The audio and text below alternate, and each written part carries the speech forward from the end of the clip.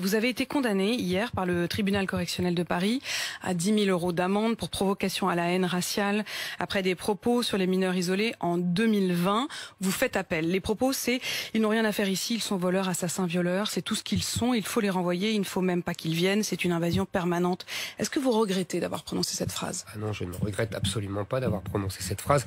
Je pense que je suis l'objet d'une justice politique qui évidemment veut m'interdire de parler non seulement d'immigration, mais de lier l'immigration à la délinquance et à l'insécurité. C'est tout simplement une justice politique.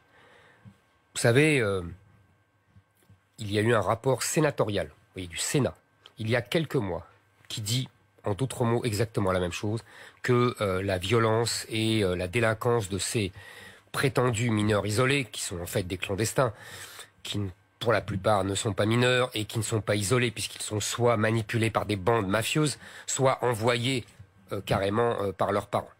Je tiens à dire que, en vérité, j'essaye, moi, de protéger mon peuple et le peuple français des exactions de ces bandes de jeunes. Par ailleurs, imaginez, Apolline de Malherbe, vous avez des enfants. Imaginez qu'un de vos enfants fait une fugue et s'en va à l'étranger. Qu'est-ce que vous voudriez? Que le pays... En fait, vous voulez les enfants. Vous voulez tenter de dire qu'au fond, c'est presque de l'humanité. Mais bien sûr, c'est une position humaniste. C'est d'abord une position pour protéger le peuple français.